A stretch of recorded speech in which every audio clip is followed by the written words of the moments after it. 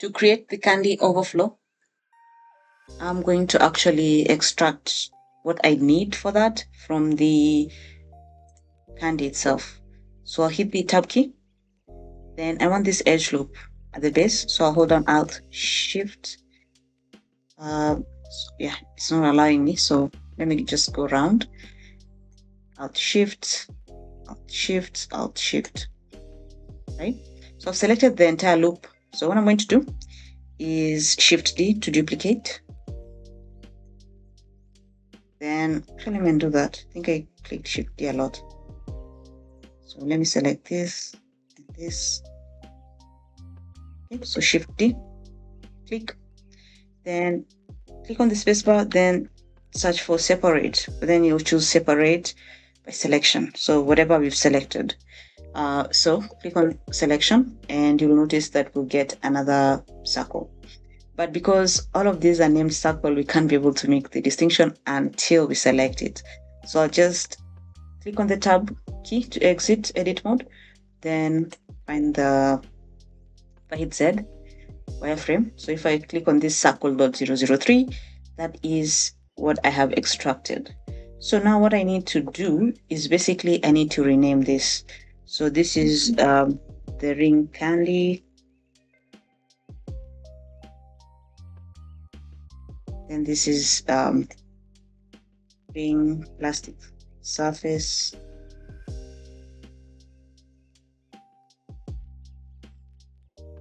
And then this is the ring.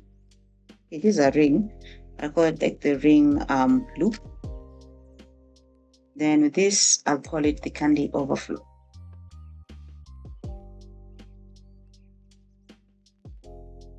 Okay. So now that we have that, I'm going to get rid of the bevel and the subdivision. Then one thing I'm going to do is I'm going to go to the top view and I'll hit tab 1 to select the points, hit A, then I'll scale this down just a bit. So I'll hit S, just a bit. Then I'll hit 2 for the edges. Then I'll hit E to extrude. Then I'll hit S to scale that extrusion. So right now you're not seeing much because I am in the wireframe mode. But if I click to accept, then I hit Z solid, you'll see that I do have a surface. Okay, so the reason why I scale this on the inside is so that I don't have a gap over here, which was something that, of course, if you do not scale it in a bit or scale in those edges in a bit, you're going to have a gap. So now I can hit 3, then A, then I can extrude up. But before I do that, I want to shape the mesh. So with all the faces selected, I'll hit spacebar.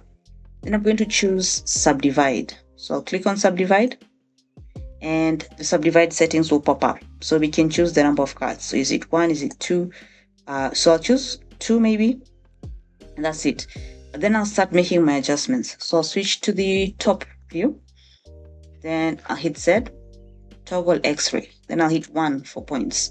So this inner edge loop, this one, I do not want it to be touched in regards to making changes to this because I want it to look a bit blobby.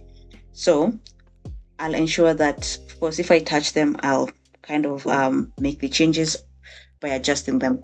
So what I want is we're going to kind of start making this look very liquid-like, just a bit, and then we're going to create an extrusion. So for this to work, I'm going to use the proportional editing tool that's at the top here. I click on that, and if I click on the drop down, we're set to smooth. Okay, so I'm going to select this point. Then I will hit G. When I hit G at the top, you'll see proportional size smooth, and then the size of the circle that's supposed to be doing the proportional editing is 1.0000 meters. So I'm going to start lowering that value till it gets to 0.0 something. So up to, let's say here, right? Then now I can start moving. So I can move this, then I can make this adjustment, move it up to that point. I can come to this, hit G, move it. Maybe come in here, hit G, move it. You can move it inside as well. Okay. And come here, hit G, hit G, hit G. So you're just going to be choosing like random areas to kind of make your changes. So I'm trying to avoid touching the points in the inner edge loop. Okay. So let me undo this. Right. Something like that. I think I'm satisfied with this. Now if we switch back and hit Z solid, okay, actually we're in the solid mode. So it kind of seems silly. So in the top view, I would recommend that you do your editing, especially if you have extruded your mesh, you do it in the wireframe, right? But I was doing it in the X-ray mode. Okay, so I'll go back to solid, turn off X-ray. Then I can hit 3, then A, then E, then Z, just a bit. Actually, let me hit just G, actually E, just a bit. You don't need to hit the Z axis because it's going to move up if you drag up. So up to that point, probably, because I don't want it to be too thick. Right, so GZ now if you want to make your adjustments. Okay, then I'll tab out. Then I'm going to add a subdivision surface. So in the modifiers, go to generate subdivision surface. And then we can select it, right click, shade smooth.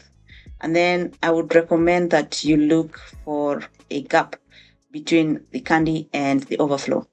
And then one thing I would do is I would increase the resolution of this because it's very low resolution in regards to smoothing. So I'll increase it to 2 levels in the viewport. And now it looks quite good. So we have our base objects set up. The next thing would be to refine that particular loop that I talked about. That is quite distinct when you look at these candies. None of them misses it. So it's going to be on the candy, it's going to be on the plastic surface, and it's also going to be on the loop.